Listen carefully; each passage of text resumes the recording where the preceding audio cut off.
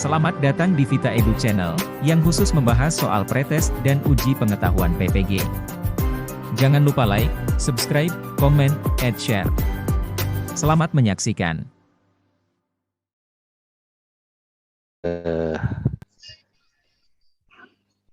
Berbagi pemahamannya dulu lah untuk tentang pedagogi ini apa gitu Bu ya. Karena kalau untuk urusan materi profesional saya yakin Ibu Bapak sudah tahu ya profesional itu apa, profesionalisme itu apa. Nah kalau untuk pedagogi ini ada sedikit gambarannya Bu ya. Nah pedagogi dan sejarah nih. Pedagogi adalah ilmu yang mempelajari tentang metode atau strategi dan prinsip-prinsip pendidikan serta pengajaran. Dalam konteks mata pelajaran sejarah, pedagogi berfokus pada cara-cara untuk mengajar secara efektif kepada siswa. Tujuan utama pedagogi adalah pengajaran sejarah mengembangkan pemahaman mendalam tentang masa lalu, meningkatkan keterampilan berpikir kritis, mendorong pemikiran analitis, dan membangun kesadaran sejarah pada siswa. Nah, kemudian prinsipnya apa saja sih dalam pedagogi yang relevan ya dengan mata pelajaran sejarah, yaitu kontekstualisasi, sumber sejarah, pembelajaran aktif, berpikir kritis, pemahaman multiperspektif, relevansi dan keterkaitan, dan juga penggunaan teknologi. Nah, kontekstualisasi adalah berarti ada hubungannya dengan kontekstual ya, kenyataan yang ada saat ini gitu seperti apa. Kemudian juga sumber sejarah, sumbernya dari mana nih ya, sejarah itu adanya gitu, ini harus diketahui juga. Kemudian juga pembelajaran aktif, nah ini harus aktif, maksudnya adalah mencari referensi-referensi lain tentang berita dan sejarah ini tuh benar nggak ya, seperti itu. Kemudian juga berpikir kritis, pemahaman multiperspektif. Nah tadi itu tadi yang saya sampaikan bahwa sejarah ini ada multi perspektif, tergantung siapa yang membuatnya ya. Misalkan seperti sejarah Orde Baru, yang memberitakannya kalau orang yang nggak suka dengan Orde Baru dibuat bagaimana, tapi kalau yang pro Orde Baru nah bagaimana. Nah ini yang ya multi perspektif seperti itu. Kemudian juga relevansi dan keterkaitannya. Relevan ya, harus relevan gitu, beritanya itu harus relevan benar-benar ya kenyataan gitu ya, dan harus ada keterkaitan dengan kenyataan yang sekarang terjadi.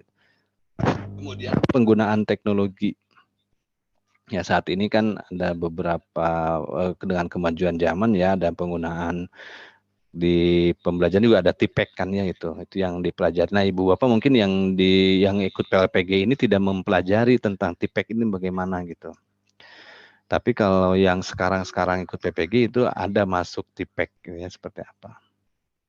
Tuh. Baik. Nah, kemudian juga saya ingin menyampaikan juga tujuan dari pembahasan soal ini saat ini adalah bahwa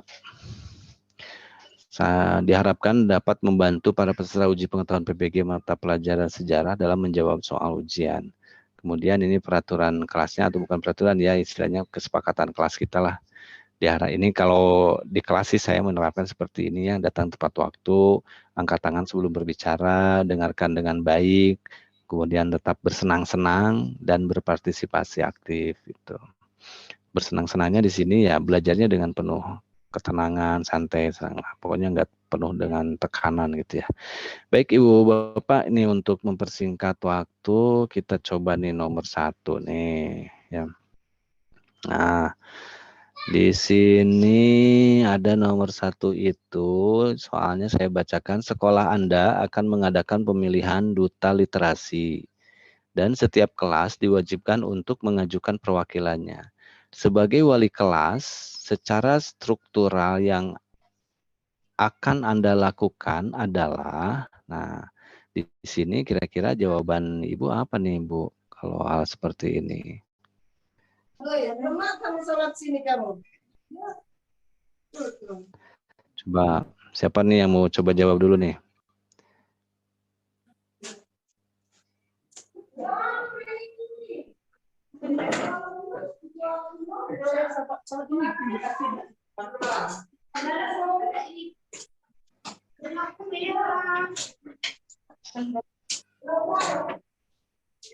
Kalau menurut saya sih Pak, itu kalau duta literasi berarti yang siswa yang rajin membaca kali ya, yang A ya menurut saya.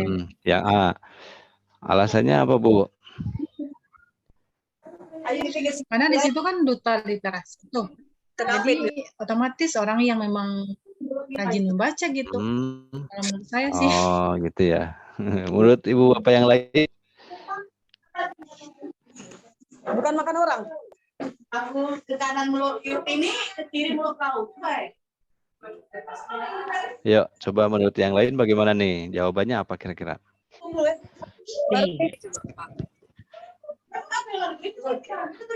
Iya. Saya naruh baju, aku naruh di sini. Ya, gimana Bu, Pak?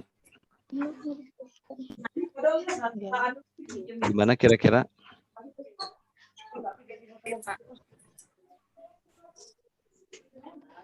Ada yang mau coba jawab lagi?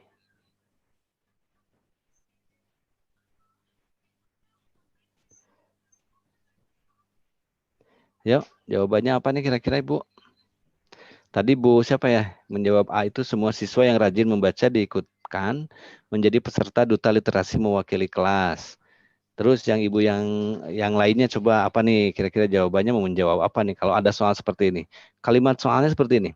Sekolah Anda akan mengadakan pemilihan duta literasi dan setiap kelas diwajibkan untuk mengajukan perwakilannya.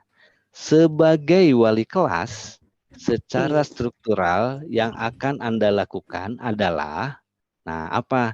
A. Semua siswa yang rajin membaca diikutkan menjadi peserta duta literasi mewakili kelas.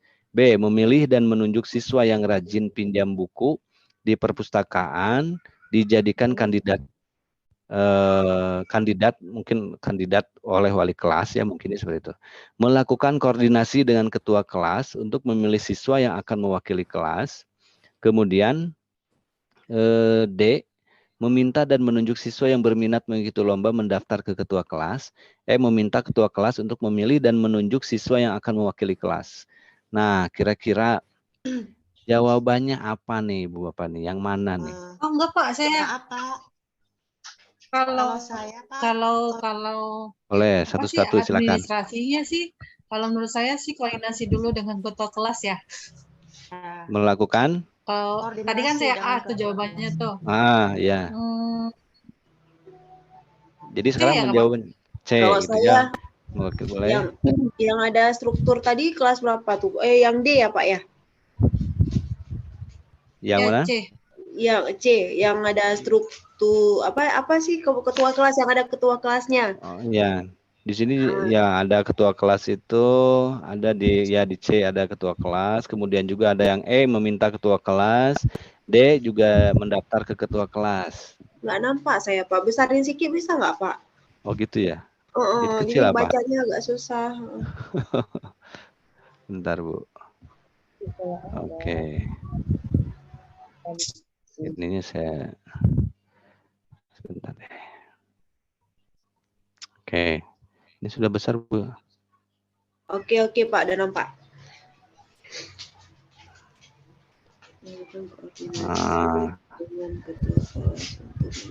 Ini tampilannya belum bisa berubah nah gini nih. Yuk, coba apa coba? Yang B Pak. Yang B. Alasannya apa Bu? Yang B Bu? Kan rajin ke kursi Pak, jadi salah dia dijadikan sebagai kandidat untuk mewakili kelas. Oke. Yang Alasan Ibu yang memilih B itu kan memilih dan menunjuk siswa yang rajin pinjam buku Bu ya.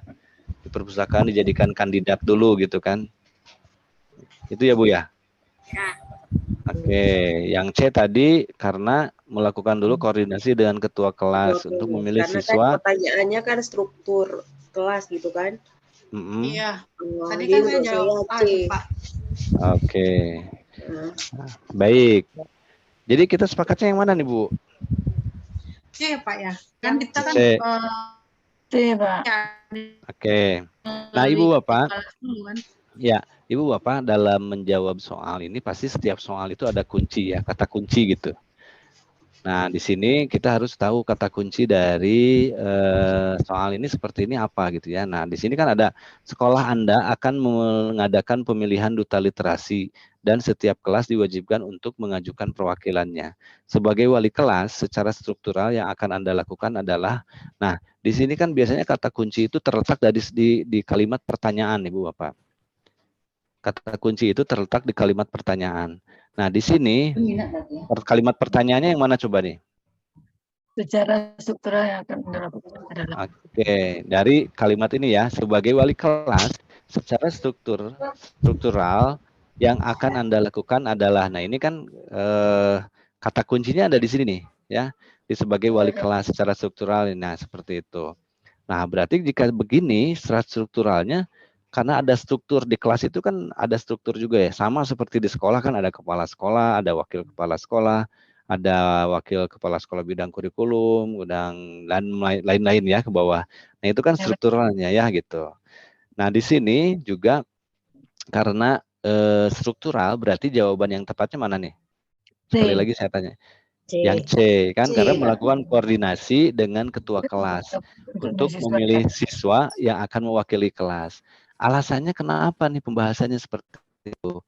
Nah, jadi Ibu Bapak sebagai wali kelas, karena Ibu Bapak sebagai wali kelas nih ya, sebagai wali kelas, tugas Ibu Bapak adalah berkoordinasi dengan ketua kelas untuk memilih siswa yang akan mewakili kelas dalam pemilihan duta literasi.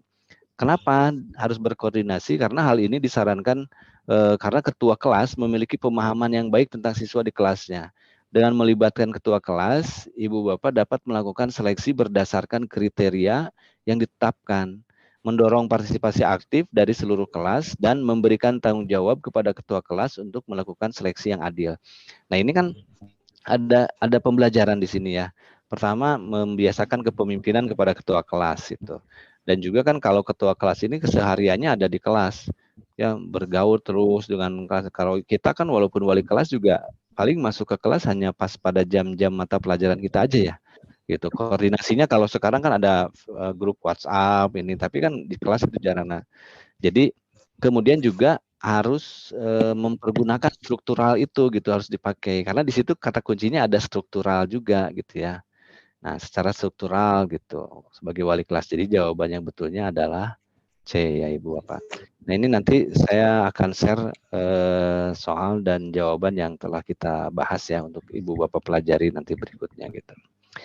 Baik, kita lanjutkan ke soal yang kedua. Oke, di sini saya bacakan lagi soalnya. Guru seharusnya memahami tahap-tahap perkembangan kognitif peserta didik sehingga dapat merancang dan melaksanakan proses pembelajarannya sesuai dengan tahap-tahap tersebut. Nah, maksud dari pernyataan tersebut adalah, coba di sini ada A, peserta didik akan mudah menerima pembelajaran apabila guru dalam pelaksanaan pembelajarannya kreatif, menarik, menyenangkan, gembira, dan berbobot. B. Guru perlu merancang dan mengembangkan seluruh dimensi pengetahuan dari konseptual, faktual, prosedural, dan metakognitif. C. Proses belajar yang dilakukan oleh guru perlu disesuaikan dengan tingkat perkembangan kognitif peserta didik. Pembelajaran dapat mulai dirancang dari hal-hal yang konkret ke hal-hal yang lebih abstrak sesuai dengan tingkatan perkembangan peserta didik. E. Pembelajaran yang dirancang dan dilaksanakan tidak sesuai dengan kemampuan dan karakteristik peserta didik, tidak akan ada maknanya bagi peserta didik. Nah, kira-kira jawabannya apa nih? enggak, ya jangan dipilih itu. Ya, Bu. Guru seharusnya memahami tahap-tahap perkembangan kognitif peserta didik, sehingga dapat merancang dan melaksanakan proses pembelajarannya sesuai dengan tahap-tahap tersebut. Maksud dari pernyataan di atas itu apa? Maksudnya apa apa nih yang perlu di pernyataannya ini? Memahami tahap-tahap perkembangan peserta didik. Itu. Nah, maksudnya kenapa demikian? Supaya apa gitu.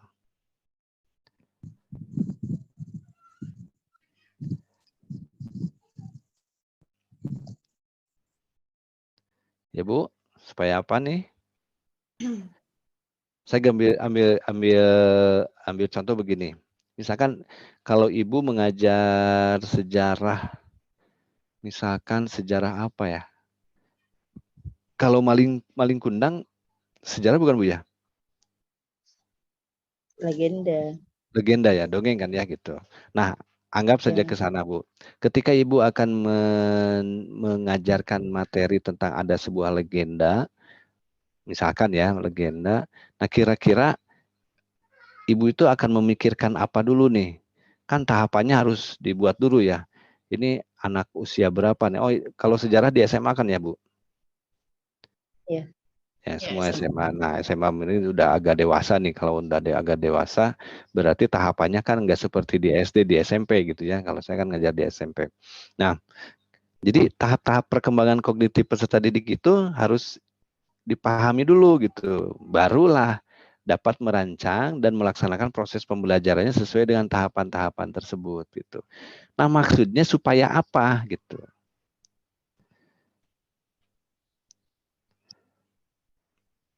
Baik, kita coba ke jawaban A. Misalkan ada jawaban A nih. Tahap-tahap perkembangan peserta didik itu perlu dipahami dulu supaya peserta didik akan mudah menerima pembelajaran apabila guru dalam pelaksanaan pembelajarannya kreatif, menarik, menyenangkan, gembira, dan berbobot. Kira-kira masuk nggak Bu ini sebagai jawaban nih untuk yang A ini?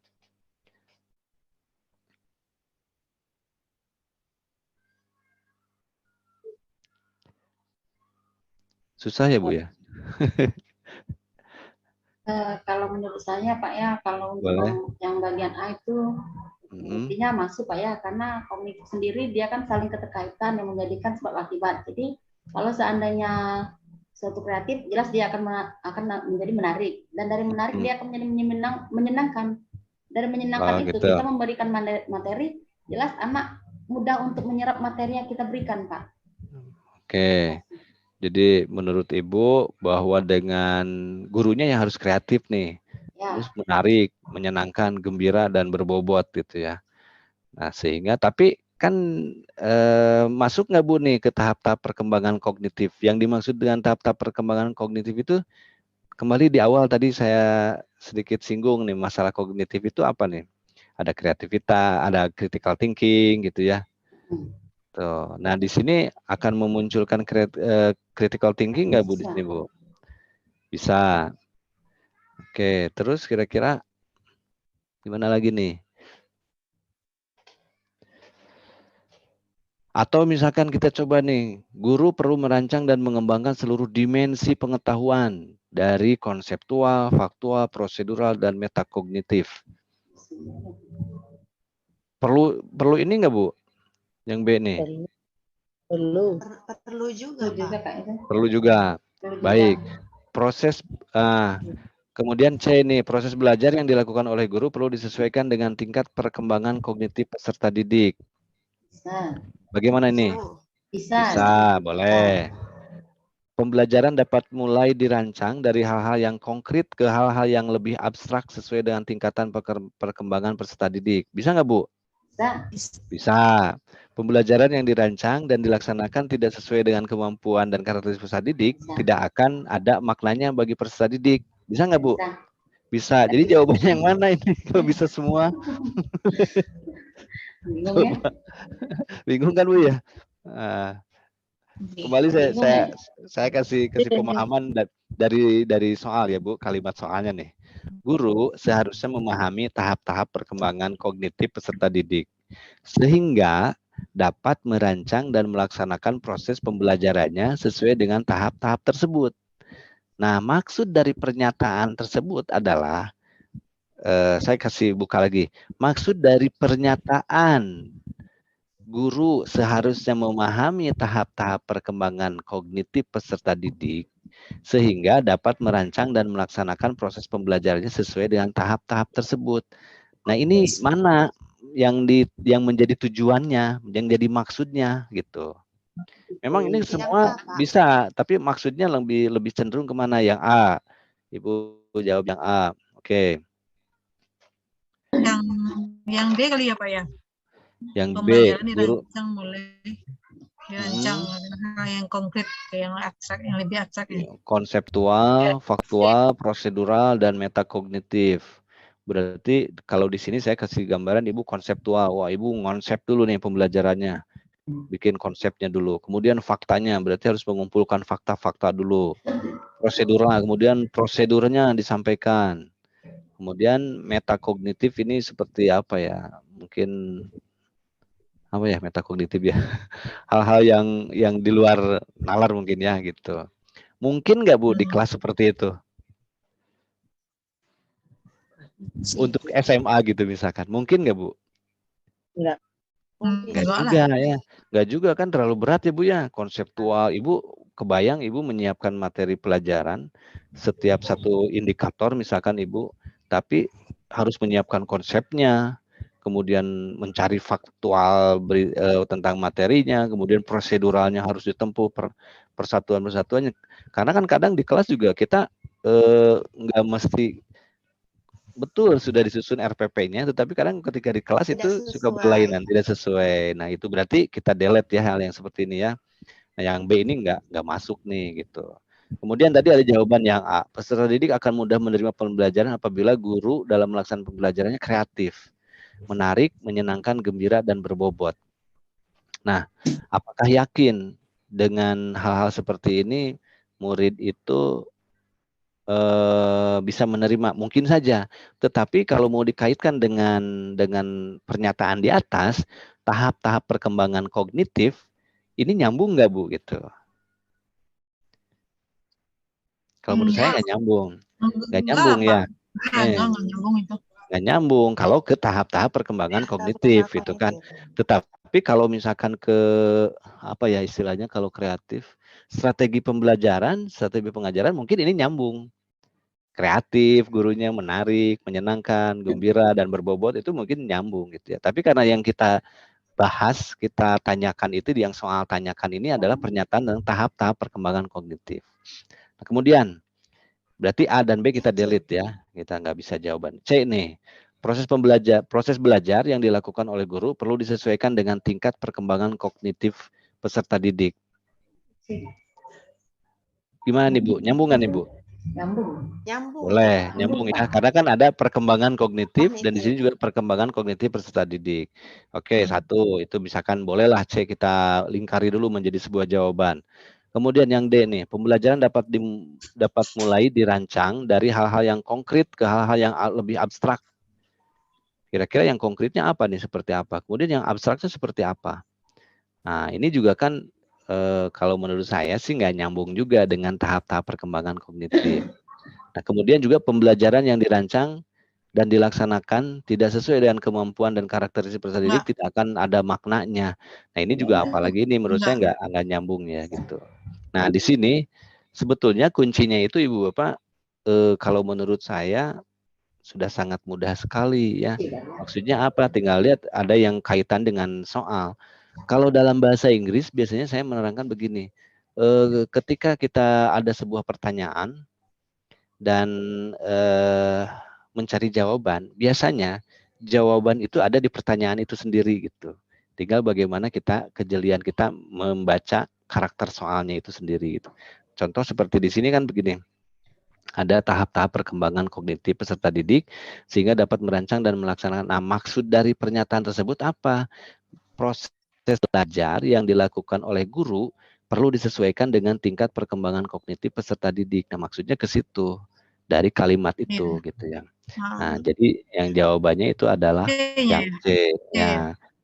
Kenapa demikian? Nah, di sini sedikit saya kasih gambaran bahwa memahami tahap-tahap perkembangan kognitif peserta didik dan merancang serta melaksanakan proses pembelajaran yang sesuai dengan tahap-tahap tersebut. Dengan memahami tingkat perkembangan kognitif siswa, guru dapat menyesuaikan metode. Nah, ketika Ibu sudah memahami tahap-tahap perkembangan peserta didik, baru nih ada metode yang bisa diterapkan. Itu tadi maksudnya ke kreatif, itu kan. Nah, kemudian juga kontennya bisa menarik nih.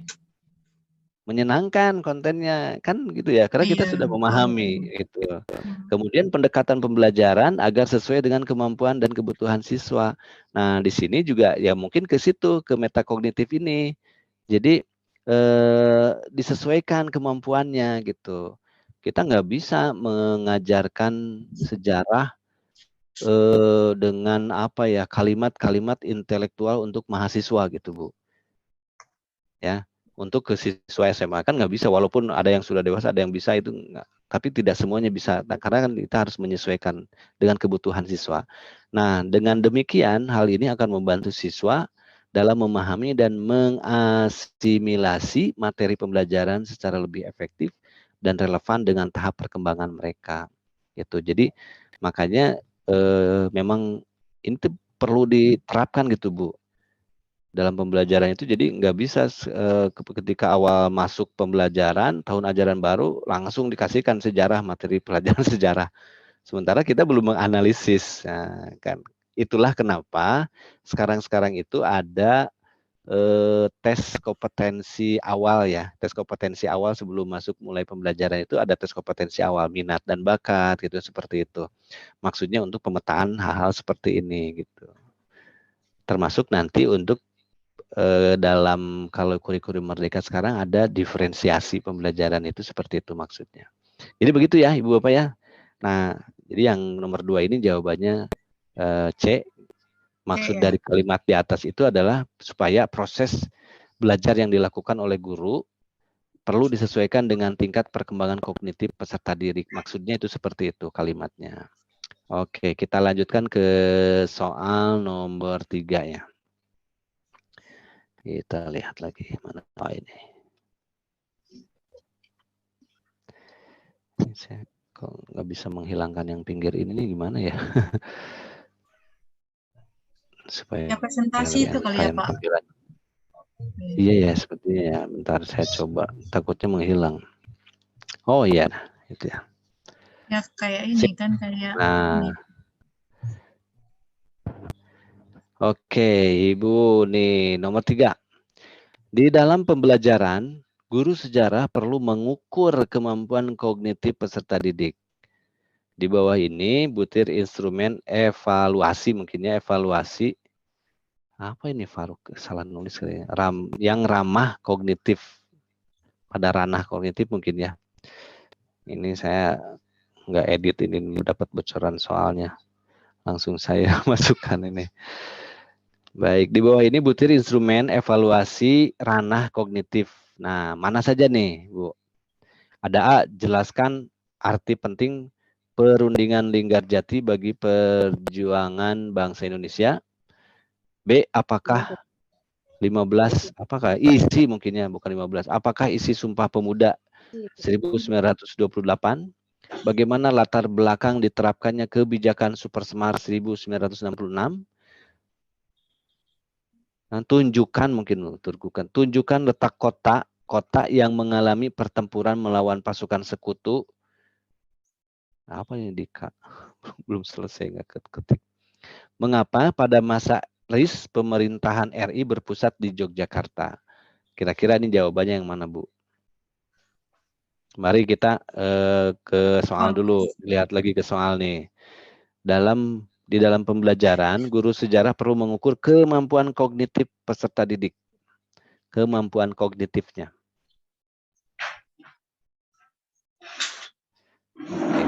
pengetahuannya kayak apa ya? Pengetahuannya. Boleh, kira-kira yang mana nih, Bu?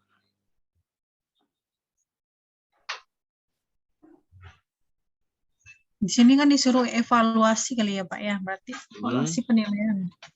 Ya, di bawah ini butir instrumen evaluasi yang ramah kognitif gitu ya. Mana nih yang ranah kognitifnya? Ini bukan ramah, mungkin ranah ya. Ranah.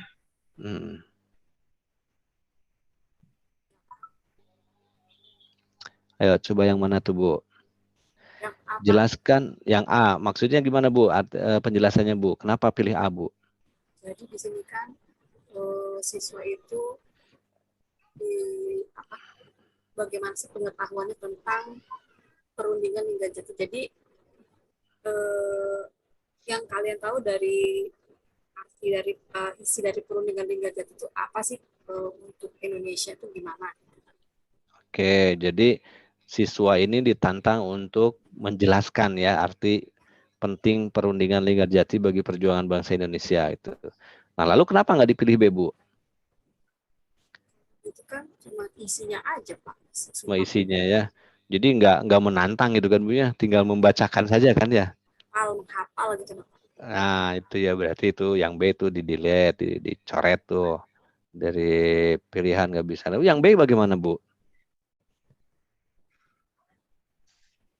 Kan bagaimana latar belakang? Berarti mereka harus menerawang nih ke latar belakang. C ya Pak, C kali ya Pak. Bagaimana latar belakang? Kan informasi yang dikumpulkannya kan, pengolahan informasi ya kan. Oke. Yang jelasnya bagaimana nih? Bagaimana latar belakang diterapkannya kebijakan Super Semar?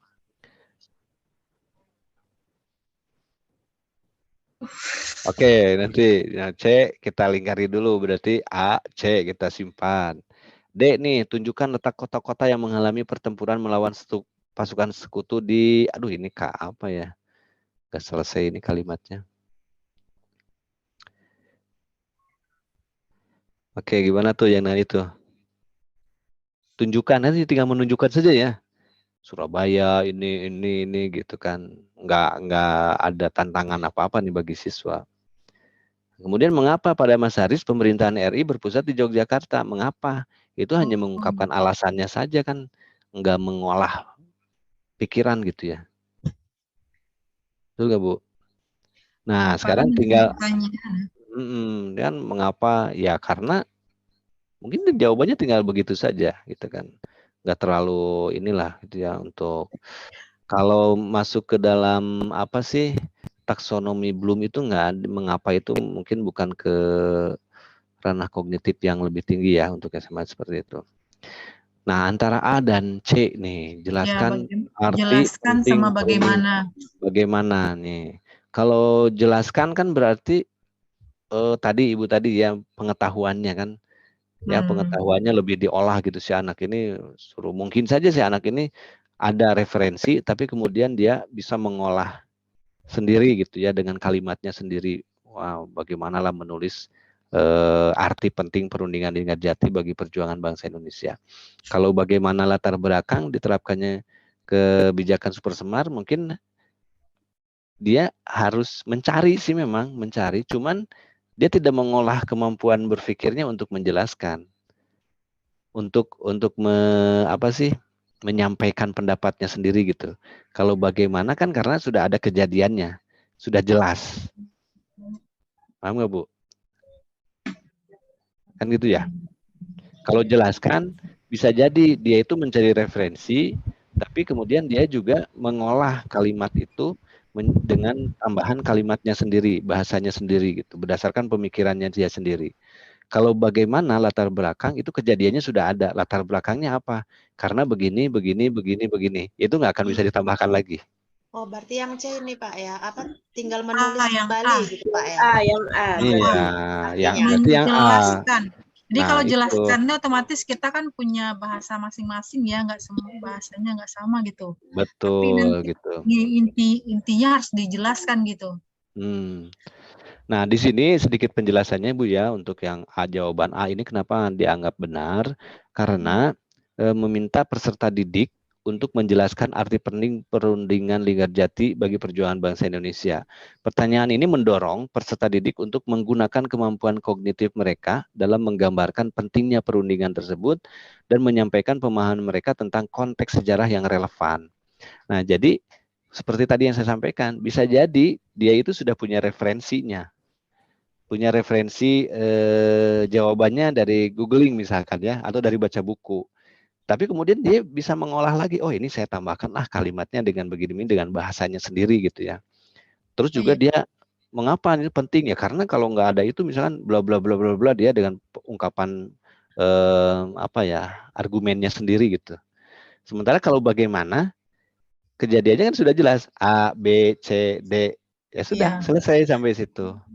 Nah, Kalau gitu. menjelaskan, mereka kan berpikir lagi gitu ya Pak ya, mencari informasi. Betul, iya begitu. Nah, begitu ya Bu ya.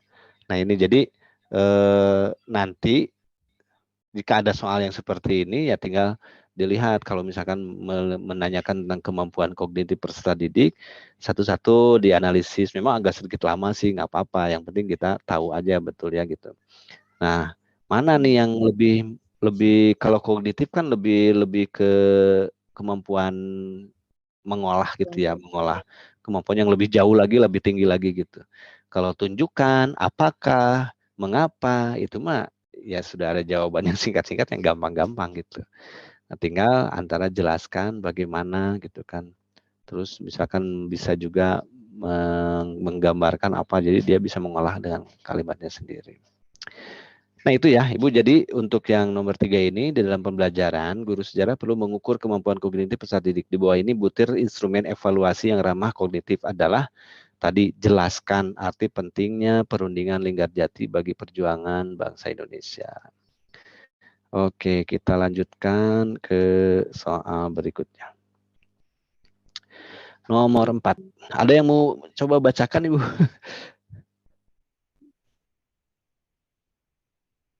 Ya, behaviorisme.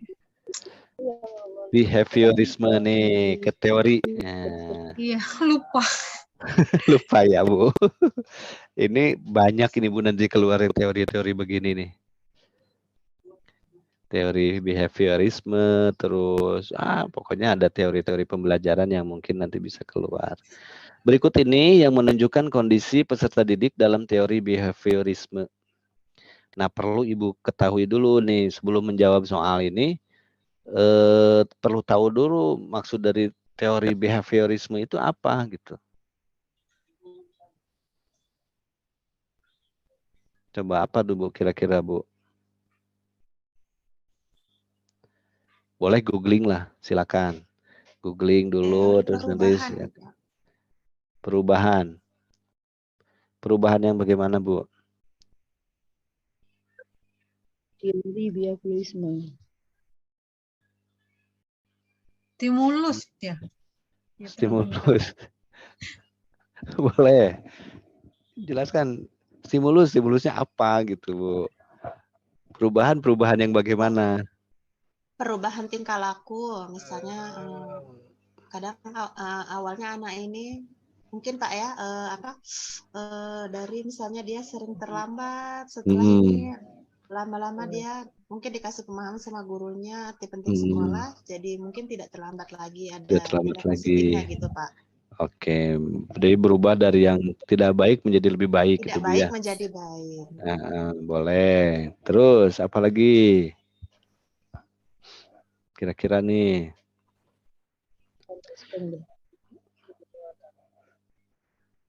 Oke, kalau boleh saya cari dulu ya. Izin Bu ya, sok sambil berpikir, saya juga sambil googling nih Bu.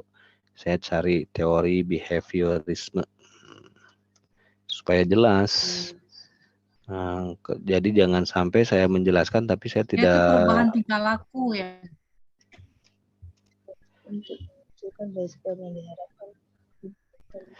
Nah, teori behaviorisme.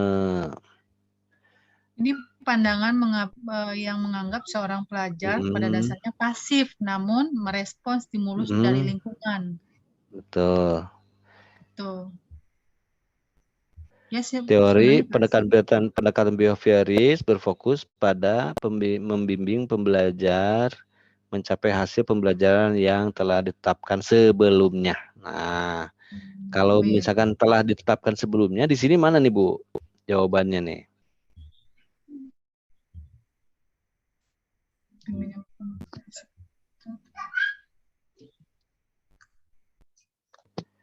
Yang mana nih kira-kira?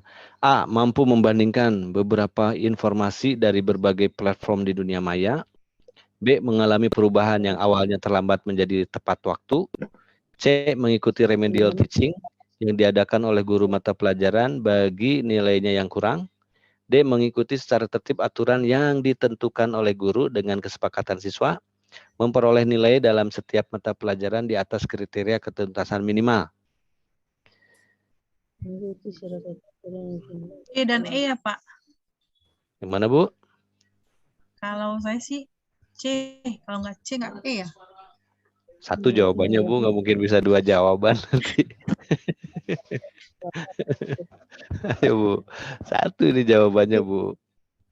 B. B, mengapa B? Karena teori behaviorisme itu kan perubahan. Jadi anak ini kan mengalami perubahan. Oke, perubahan mengalami. Ada responnya dia. Ada Kan di responnya. Ya. Responnya bagaimana Bu di situ? Dari perubahan yang awalnya terlambat menjadi tepat waktu. Kapan nih Bu? Berarti dalam segi dalam segi kedisiplinannya. Dengan disiplinannya. Boleh. Mungkin bisa berjalan dalam proses, misalkan nih, Ibu mengajar di kelas A misalkan ya, di tahun ini gitu. Ya. Tapi si siswa itu berubah sih, cuman berubahnya itu 2 tahun kemudian. Masih nyambung dengan pembelajaran Ibu. Ibu akan apa sih istilahnya, memberikan nilainya nggak Bu? Kan nggak Bu ya? Gitu ya. Jadi kalau misalnya memang mengalami perubahan, cuman kan perubahan di sini harus konkret juga, harus betul juga. Kapan nih waktunya, itu harus jelas juga, ada jelas waktu behaviorisme itu harus ada waktunya juga gitu. Walaupun secara global bisa sampai waktu yang lama gitu nggak masalah. Cuman karena ini sistemnya dalam pembelajaran, misalkan pembelajaran di kelas, nah berarti itu kan harus ada rentang waktunya nih Bu. Kan Ibu nggak mungkin membiarkan 1 tahun pelajaran itu anak itu terlambat, biarinlah nanti juga dia berubah, biarinlah nanti juga dia berubah. Sudah mau lulus nggak berubah-berubah. Nah, jadi yang B ini bisa tertolak Bu ya. Oke, bagaimana dengan A, C, D, dan E?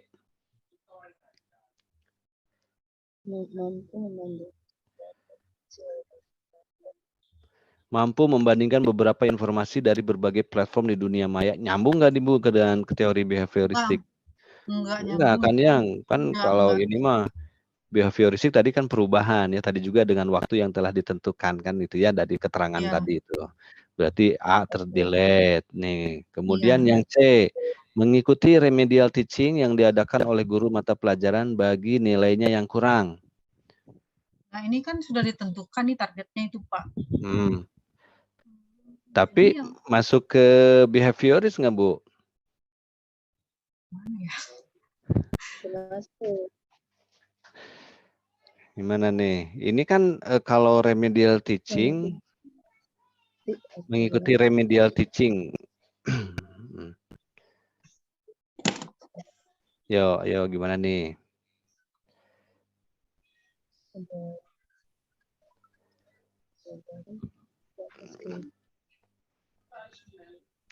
Oke, bagaimana dengan D nih? Fokusnya itu kalau behaviorisme itu kan fokusnya ke pembimbing pelajar mencapai hasil pembelajaran yang telah ditetapkan sebelumnya. Betul. Ya kan membimbing. Itu gimana ya?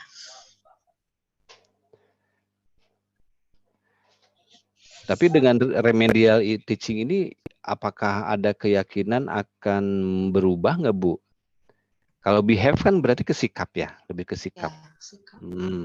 Kalau remedial teaching ini sikap atau enggak nih?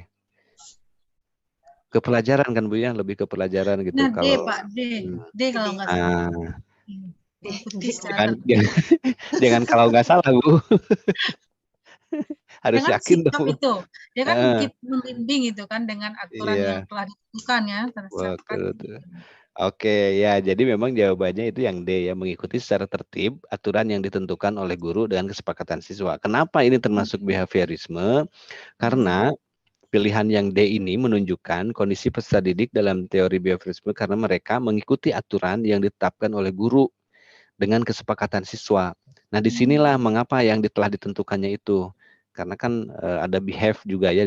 Teori behaviorisme menekankan bahwa perilaku, bahwa perilaku dapat dipengaruhi dan dikendalikan oleh lingkungan eksternal, termasuk aturan dan tindakan yang diberikan oleh guru. Dalam hal ini, Peserta didik menunjukkan perilaku yang sesuai dengan aturan yang ditetapkan, menunjukkan adanya pemahaman dan penerapan aturan secara konsisten. Nah, maksudnya di sini, kenapa pilihan-pilihan yang lainnya nggak masuk? Ya karena memang ke dalam segi perilakunya itu nggak nyambung gitu ya. Mampu membandingkan beberapa informasi nggak ada ke perilaku apa nih yang dinilainya. Mengalami perubahan yang awalnya terlambat menjadi tepat waktu. Mungkin ya bisa, cuman kan kurang tepat gitu. Ini kalau yang B ini bisa kapan saja, bisa waktunya kapan, 2 tahun, 3 tahun kemudian, misalkan seperti itu. Nah, yang mengikuti remedial teaching ini bukan ke perilaku, tapi lebih ke mata pelajaran, ya pengetahuannya gitu, kemampuannya. Nah, kalau yang D ini kan secara tertib aturan yang telah ditentukan oleh guru dan kesepakatan siswa. Jadi, misalkan Ibu mau awal masuk pelajaran nih, tahun ajaran baru, oke, anak-anak ini di kelas saya, misalkan ya kalau saya di kelas bahasa Inggris, misalkan tahun ajaran baru itu masuk, bagi anak yang baru belajar masuk ke kelas saya, yang tadinya di kelas 7 misalkan nggak belajar dengan saya, terus naik ke kelas 8 belajar dengan saya, kan tentu akan bertemu dengan karakter guru yang berbeda gitu ya. Nah, saya selalu menerangkan, oke, kita ada kesepakatan kelas dulu ya. Belajar dengan saya itu sebetulnya begini-begini, sok kita sepakati. Kira-kira kalau apa nih kesepakatan kelas yang akan kita buat supaya pembelajaran ini lebih menyenangkan di kelas. Nah, mereka mengungkapkan harus begini Pak, harus begini Pak. Oke, nah itu kan nanti ini aturan ya, menjadi sebuah tata tertib dan menjadi sebuah aturan dengan kesepakatan dengan siswa. Nah, itu harus ditentukan, harus ditentukan dan juga harus diikuti oleh semua anggota kelas itu. Disitulah ada perubahan. Jadi perubahannya itu lebih jelas, waktunya itu lebih konkret gitu ya, lebih nyata gitu. Kemudian yang E, memperoleh nilai dalam setiap mata pelajaran di atas kriteria ketuntutan minimal, kan nggak ada dengan teori behaviorisme. Ya nggak ada sangkut pautnya lah gitu ya, terlalu jauh itu. Nah, begitu ya Ibu Bapak ya untuk teori behaviorisme, karena lebih ke perilaku, dan perilakunya itu dalam short time gitu lah. Ya, dalam waktu yang pendek ini gitu kejadiannya, bukan dalam waktu yang panjang.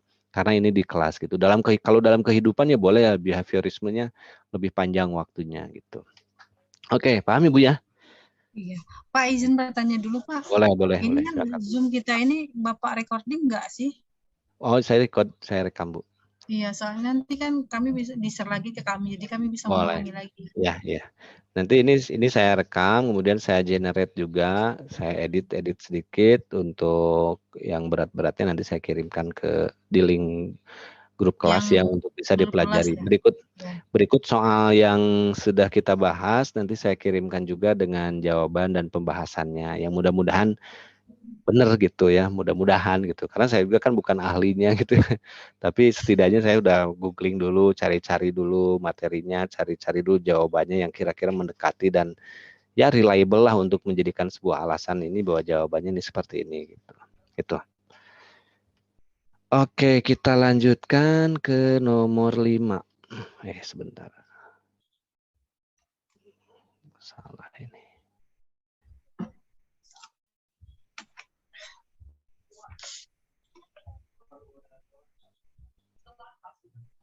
Oke. Nomor 6. 6 itu Pak. Ya. Nomor 5. Misi utama peristiwa Bandung Lautan Api. Nah, di Bandung nih Bu. Saya kebetulan dari Bandung nih ya, Jawa Barat.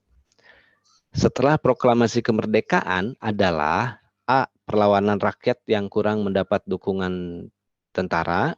B. Bumi hangus kota Bandung dilakukan agar rumah-rumah rakyat tidak digunakan sebagai markas tentara Inggris dan Nika.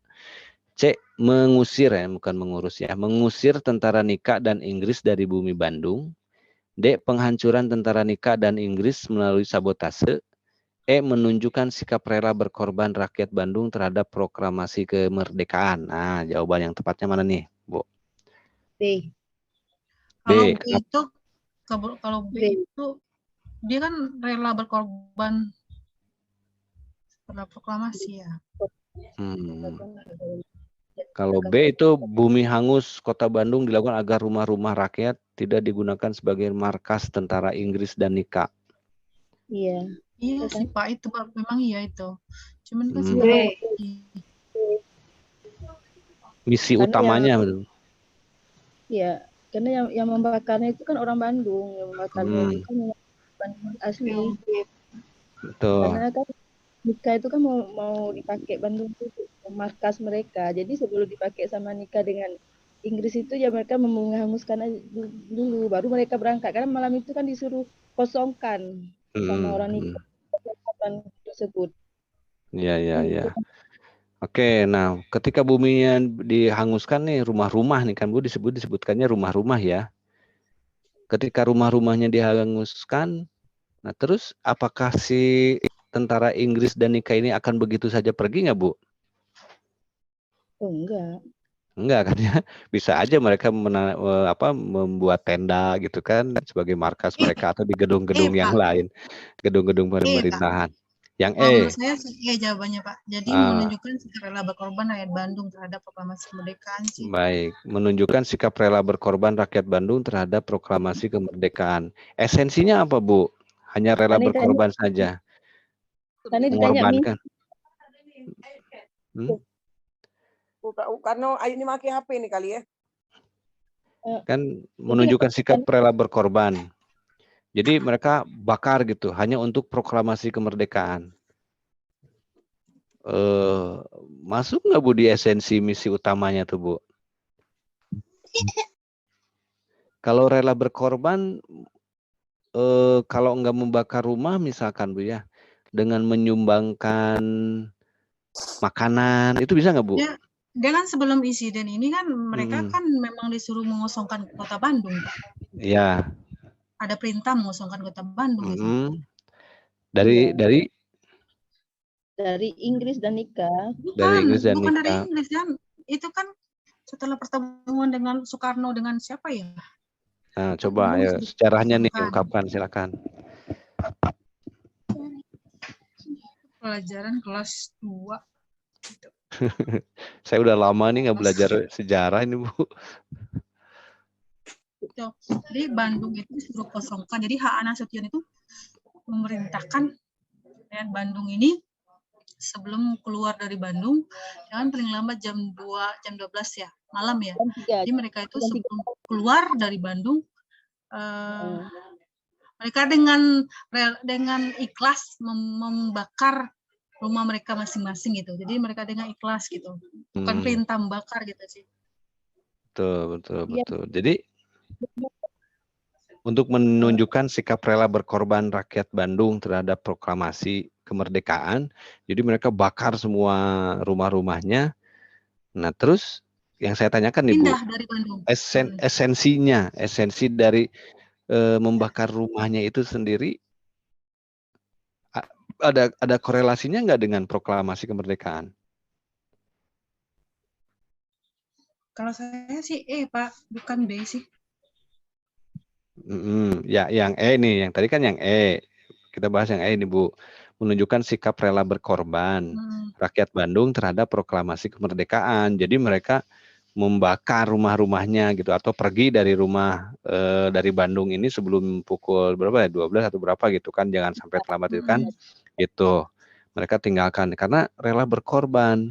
Lalu mengosongkan kota Bandung. Nah, mengosongkan kota Bandung terus kemudian kan Bandung dibakar nih. Rumah-rumahnya dibakar nih. Ya kan?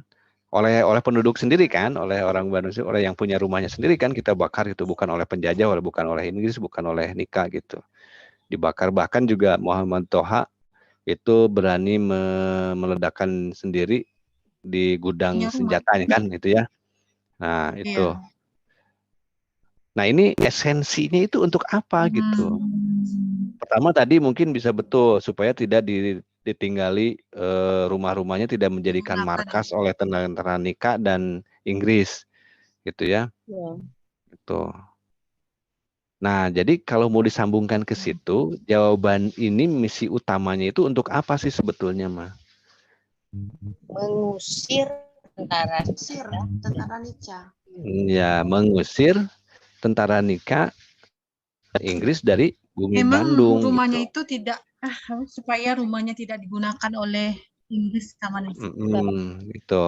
Memang kan rumahnya tidak digunakan, cuman di sini kan kalau misalnya ke B ya, agar rumah-rumah yang rakyat tidak digunakan sebagai markas Jadi B tentara ya, Pak? Inggris.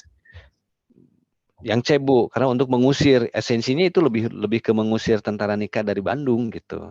Nika dan Inggris dari Bandung. Kalau hanya membumi hanguskan kota Bandung dengan membakar rumah-rumah tidak digunakan markas, ya setelah rumah dibakar, ya bisa saja Bandung ini tentara Nika dan Inggris ini membangun tenda gitu ya, memasang Pak, tenda-tenda kan untuk menjadi mereka kan gini loh, Pak. Gini loh, Pak. Mereka kan memang nggak bisa ngusir memang. Makanya karena nggak bisa ngusir tuh maka dihanguskan rumah mereka itu sendiri. Iya. Karena memang Ya nggak berarti bisa melawan karena perintah betul. pasukan Bandung tadi. Betul, karena memang tidak bisa melawan, akhirnya dibumi hanguskan. Tapi kan misi utamanya untuk mengusir tentara itu supaya mereka tidak ada di Bandung gitu. Misi utamanya begitu. Tuh. Kalau hanya membakar saja sih bukan menjadi sebuah misi utama untuk misalkan ya, misinya adalah supaya tidak dijadikan markas rumahnya. Tetapi kan si tentara Nika dan Inggris ini bisa membangun tenda, bisa menempati perkantoran kantor-kantor pemerintahan di Bandung untuk menjadi markas mereka. Betul nggak, Bu? Sebenarnya ke situ kan? Oh, itu mungkin yang B triknya ya, Pak ya? Nah, kalau yang B itu triknya masyarakat Bandung, caranya adalah dengan yaudah kita bakar saja nih rumah kita supaya tidak ditempati, kemudian mereka akan pergi dengan sendirinya gitu. Gitu. Maksudnya ke situ mungkin ya, itu untuk salah satu caranya sih kalau untuk membakar rumah-rumah itu kan untuk caranya saja, triknya aja gitu. Tapi esensi utamanya adalah tujuan utamanya itu adalah mengusir tentara Nika dan Inggris dari bumi Bandung gitu. Karena tidak bisa melawan, tidak ada kekuatan, ya akhirnya salah satunya ya udah kita kosongkan semuanya, apa sih sebutnya kalau hijrah ya, hijrah atau mengungsi gitu waktu itu, mengungsi semuanya masyarakat Bandung mengosongkan dengan dibakar gitu, seperti itu caranya itu ya, dengan pergi begitu saja juga kan itu merupakan salah satu caranya gitu. Bukan berarti tidak ada perlawanan rakyat yang kurang mendapat dukungan dari tentara, tidak, tapi karena memang tidak ada kekuatan untuk melawan gitu ya, persenjataan yang kurang dan ya amunisi dan segala sesuatunya yang kurang gitu. Nah, kalau menghancurkan tentara Nika dan Inggris melalui sabotase kan tidak hancur juga ya tentara Nika dan Inggris gitu. Maka bahkan ya tentara kita yang ada yang jadi korbannya seperti Muhammad Toha itu. Nah, salah satu kemudian menunjukkan sikap rela berkorban ini hanya indikator-indikatornya saja gitu, Bu. Perlawanan yang bumi hangus itu indikatornya. Kemudian juga menghancurkan tentara ini dengan sabotase, di sabotase itu indikatornya. Kemudian menunjukkan sikap rela berkorban itu indikatornya. Sementara capaian utamanya itu adalah mengusir tentara Nika dan Inggris dari bumi Bandung. Gitu. Tentara Nica. Gitu. Itu tadi disebutnya Nika apa Nica sih? Gitu ya. Oke. Jadi jawabannya C ya, Bu ya. Ini ya, karena esensi misi utamanya ini seperti itu. Kalau nanti ini soal ini ada mudah-mudahan keluar gitu ya, seperti itu. Itu. Jadi jawabannya C, Pak. Yang C ya jawabannya ya. Sepakat ya Ibu Bapak ya. Untuk yang lain-lainnya ini hanya sebagai indikator tambahannya ya gitu. Misi utama. Baik, nomor 6. Penulisan soal pilihan berganda memiliki ketentuan-ketentuan yang harus diikuti oleh penulis soal, yaitu A. Pilihan jawaban harus heterogen dalam arti isi. B. Pilihan jawaban tidak menggunakan kalimat negatif ganda. C. Tidak dibenarkan menggunakan pilihan pengecoh. D. Pokok soal harus terurai dan bersifat analisis. E. Semua butir soal harus bersifat HOTS. Silakan, nih yang mana nih?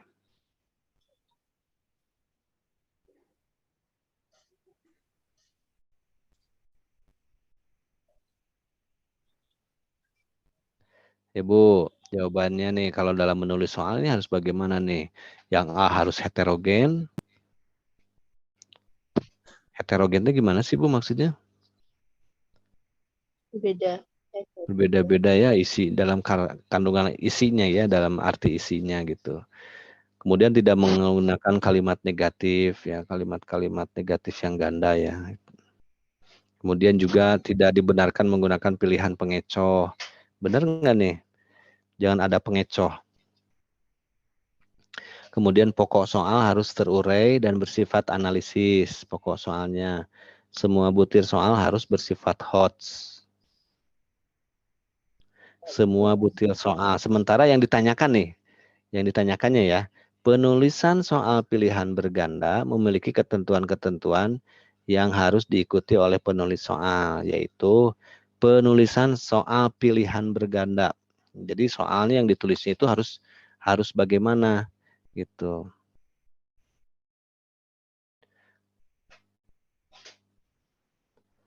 Kalau A sih bisa sih. Jadi harus heterogen dan logis Ya. gitu sebenarnya sih. Harus A, boleh. Alasannya karena harus heterogen dan logis ya, harus dalam artinya itu ya. Kemudian mana lagi nih? Yang B, Pak. Kenapa yang B? Kenapa pilih B, Bu? D, Pak, D, dodol. Oh, D. Oke, bagaimana Bu? Kenapa pilih D, Bu? Nah, di sini kan kalau dalam soal itu harus diuraikan apa sih yang diminta oleh soal. Nah, terus dari soal itu siswa itu bisa menganalisis antara jawab soal dengan jawaban itu harus sinkron. Boleh, nanti kita bahas satu-satu. Terus bagaimana lagi?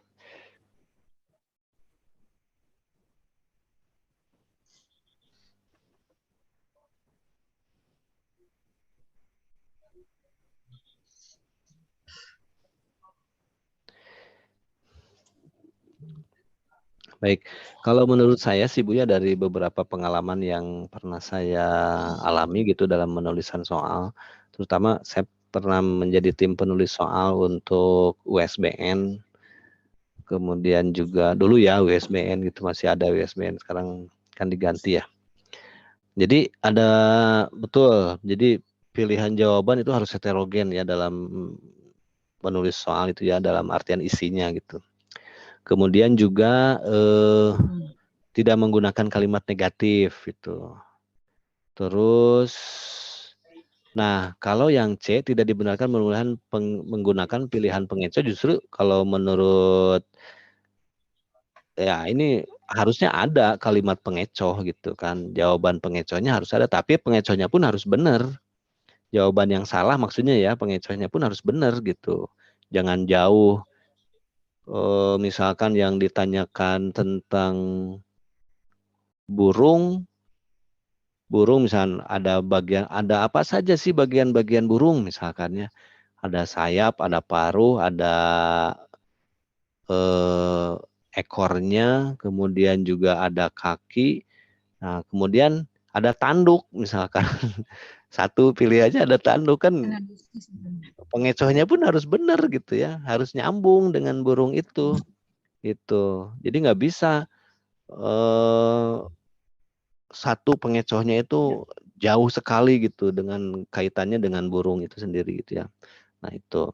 Nah jadi di sini sebetulnya ada dua pilihan yang bisa jadi jawaban yang benar ya, kalau menurut saya di sini yang lebih mendekati gitu, ada B dan ada A dan B gitu. Kenapa pilihan A dan B? Karena merupakan ketentuan yang harus diikuti dalam penulisan soal pilihan berganda. Nah, pilihan jawaban harus heterogen dalam arti isi gitu. Artinya setiap pilihan jawaban harus berbeda satu sama lain secara konten isinya. Nah, hal ini memungkinkan untuk menguji pemahaman yang sebenarnya dan membedakan antara jawaban yang benar dan jawaban yang salah. Selain itu, pilihan jawaban tidak boleh menggunakan kalimat negatif ganda karena hal itu dapat membingungkan peserta dalam memilih jawaban yang tepat. Gitu. Kemudian nih ketentuan yang lainnya, kenapa antara C, D, dan E mungkin bukan persyaratan universal dalam penulisan soal pilihan berganda, tetapi tergantung pada konteks dan tujuan dari tes atau ujian yang diberikan. Nah, jadi jawaban untuk nomor 6 ini ada kemungkinan ya, kalau ini sebetulnya antara A dan B ini masuk gitu ya. Nah, dua-duanya ini, nah cuman memang harus dipilih satu ya kan ya gitu. Nanti ya bisa saja yang lebih tepatnya sih ke heterogennya misalkannya ini. Tapi walaupun yang B ini masuk sih kategori ketentuan dalam penulisan soal. Nah, sementara untuk yang C, D dan E ini itu nggak mesti semuanya begini, tetapi harus menyesuaikan. Misalkan di sini ada pilihan pengecoh. Masa sih kalimat konteks, kalau teks kalimat gitu ya, kan jawabannya sudah di situ ada. Masa dipengecohkan kepada yang lain? Kan ini tergantung konteksnya dan kontennya itu seperti apa soalnya. Kemudian pokok soal harus terurai dan bersifat analisis. Ini enggak semua soal harus bersifat analisis, harus terurai panjang gitu, enggak juga. Contoh tadi kan ada soal-soal yang pendek-pendek ya, jawabannya seperti itu. Kemudian semua butir soal harus bersifat HOTS, enggak juga gitu, enggak. Karena kan ada kaidah penulisan soal enggak mesti semuanya HOTS ya. Ada tipe-tipenya gitu. Mudah, sedang, dan sukar kalau nggak salah ya, seperti itu. Tipenya 1, 2, 3 seperti itu gitu. Jadi nggak mesti semuanya HOTS gitu. Karena kan ada hal-hal yang nggak mesti hot soal itu gitu kan. Nah itu ya Ibu Bapak ya untuk ini. Nah baik, ini Jadi sudah jawaban yang pasnya apa ya? A ya. apa B Kalau ya? misalkan ini kan kalau saya menganalisis Ibu berdasarkan analisis saya tadi ya, bahwa antara A dan B ini mendekati jawaban yang benar gitu. Tapi nanti pilih saja salah satu yang lebih mendekati, atau kalau karena ini dua-duanya masuk ketentuan ini, antara kalimat negatif ganda dan heterogen itu masuk ketentuannya gitu. Nanti bisa saja mungkin mudah-mudahan salah satu dari ini itu nggak ada gitu ya. Hanya yang heterogen saja, berarti pilih bukan A, B-nya ya, bukan A, B, C-nya loh Bu, ingat ya. Tapi kalimatnya yang perlu diingat gitu. Heterogen, kemudian kalimat negatif ganda gitu. Ini ketentuan utama gitu ya, yang universal, yang sudah istilahnya sudah menjadi ketentuan baku lah gitu ya. Sudah baku. Gitu. Kalau yang ini kan pilihan pengecoh, enggak juga semua soal harus seperti itu, tergantung konteks dan kontennya. Itu. Nah, Ibu Bapak, aduh sudah pukul 21 ini Zoom-nya sudah saya setting ke 1,5 jam. Kita belajar baru sampai dengan nomor 6 ya. Mudah-mudahan nanti untuk pertemuan berikutnya bisa kita sudah sedikit ada gambaran gitu ya cara menganalisis soal. Jadi nanti untuk soal-soal berikutnya itu sudah mulai mudah lagi menjelaskan dan menganalisis soal. Oh ini gitu ya. Kalau tadi kan kita banyak berargumen juga. Itu ya. Nah itu saja Ibu Bapak mungkin untuk pertemuan kita malam hari ini. Alhamdulillah sudah baru 6 soal. Mudah-mudahan nanti dari beberapa soal yang saya terima dari rekan-rekan dan bocorannya itu ya mudah-mudahan bisa dibahas semuanya. Tetapi kalaupun tidak bisa semuanya, nanti minimal Ibu Bapak sudah mempelajari trik-triknya, sudah tahu cara menganalisis soal, menjawab soal itu dengan melihat karakter soalnya itu seperti apa gitu ya. Itu mungkin sebelum ditutup. Untuk besok boleh lah Pak. Untuk besok boleh lah Pak 2 jaman, jangan 1,5 Oh gitu lah. ya. Gitu ya. Boleh nanti kita lihat jamnya ya Bu. Besok itu kalau malam itu ada besok itu ada satu sih yang PPKN yang akan berjalan besok. PPKN bahasa Inggris itu oh ya besok juga ya, bahasa Inggris juga sama. Bahasa Inggris besok kira-kira jam berapa ya kita bisa mulai ya kalau besok ya? Pagi. Jam 9 aja kalau gitu Pak. Kalau pagi Jangan pagi lah Pak. Kalau pagi saya ada acara keluarga ya Bu ya. Karena dari seminggu ini enggak. Kondangan kalau hari Minggu Pak. Kondangan. Oke, izin sebelum ini saya stop recording dulu ya. Boleh Bu, silakan Bu. Tadi mengenai ini Pak, yang penulisan